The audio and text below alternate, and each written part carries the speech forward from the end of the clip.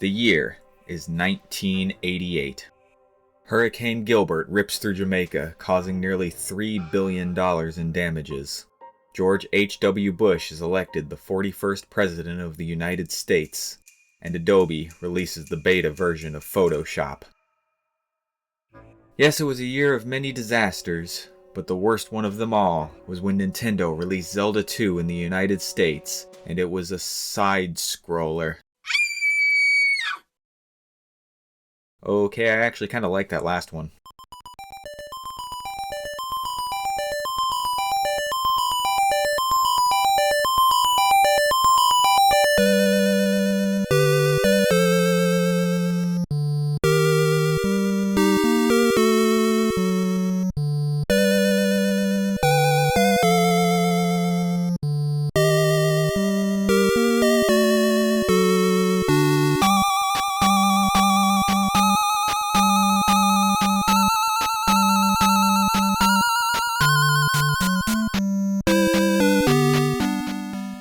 Zelda 2 is generally regarded as the black sheep of the series. While it maintains many of the things established by the first game, a world to explore, maze-like dungeons, and a guy in a green tunic with no pants, it changes things up significantly with its gameplay style and a more realized world.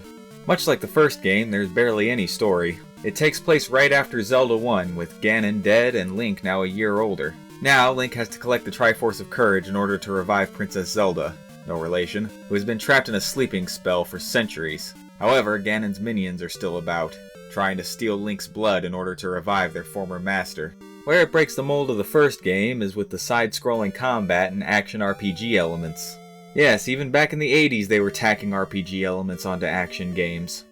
You gain experience points from defeating enemies and picking up point bags, and use them to level up your strength, defense, and magic. The overworld is also more RPG-like, with random encounters and towns where you can learn new spells. Speaking of spells, in lieu of equipable items from the first game, you instead get magical spells from suspiciously identical old men in each town. There's a shield spell which doubles your defense, a jump spell to reach high places, fireballs, among others. Meanwhile, the items you get from dungeons have more passive effects, like lighting up caves, revealing hidden enemies, or destroying boulders on the overworld. The progression is much more linear compared to the first game, following a pattern you generally see in a lot of future Zelda games, where between each dungeon you have to travel to the next area and do some sort of side quest to get a new spell, which will usually be needed in the next dungeon. Then you use the dungeon item to gain access to the next area of the overworld. Oh yeah, quests. This game introduces the very basic concept of quests. Typically you just get an item for a villager and they let you into their home to get a spell from their old basement hobo. Here, let me show you one of these quests right now.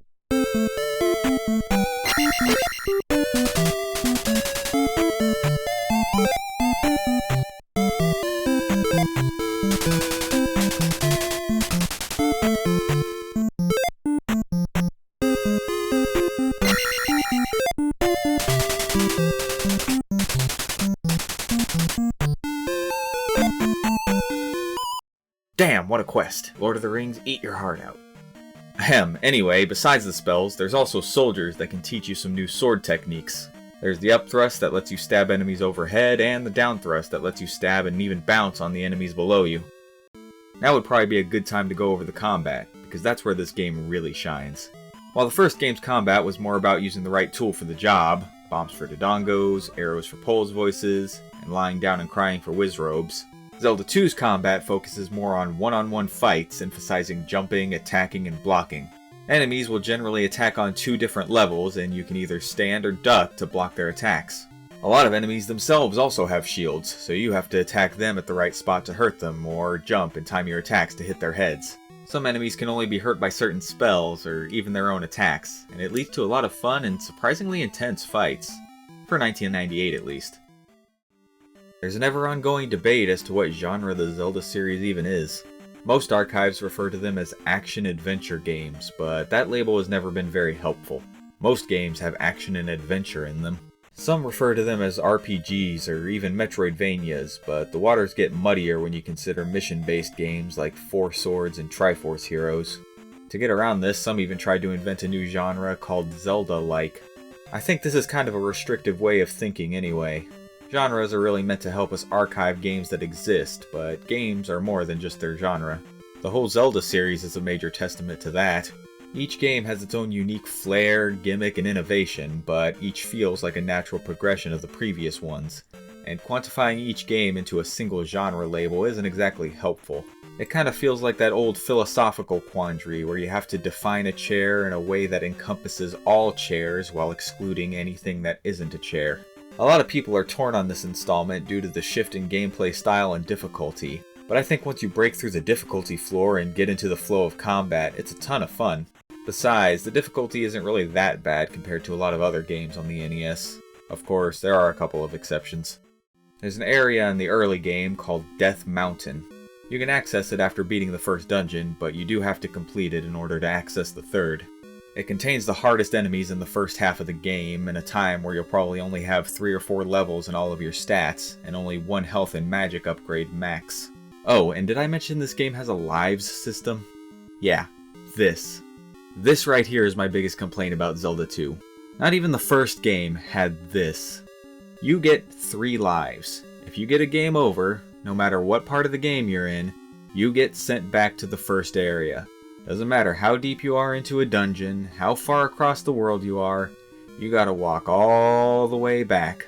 By the end game, this can be infuriating, because the second half of the overworld has a lot of choke points that send you to mandatory encounter screens, and towns are too far out of the way to be a convenient source of healing. The one exception is the final dungeon, the Great Palace. If you get a game over here, you start back at the entrance. Why? Because Zelda 2 giveth, and Zelda 2 taketh away. Despite the general ostracization this game gets, I think Zelda 2 does feel like a natural progression of the series from the first game. It keeps a lot of the same basic gameplay elements, while greatly expanding on what the first game lacked: a more realized world, and more dynamic combat. I think by now you can tell that I really like this game. I was pretty iffy on it when I first played it, but every time I play it now, I enjoy it more and more. Once you start mastering its combat, it feels really frenetic and satisfying. I'd say if you tried it in the past and couldn't quite get into it, maybe give it another chance. You might find something there that you hadn't before. And if you've never played it, well, be prepared to get your ass handed to you.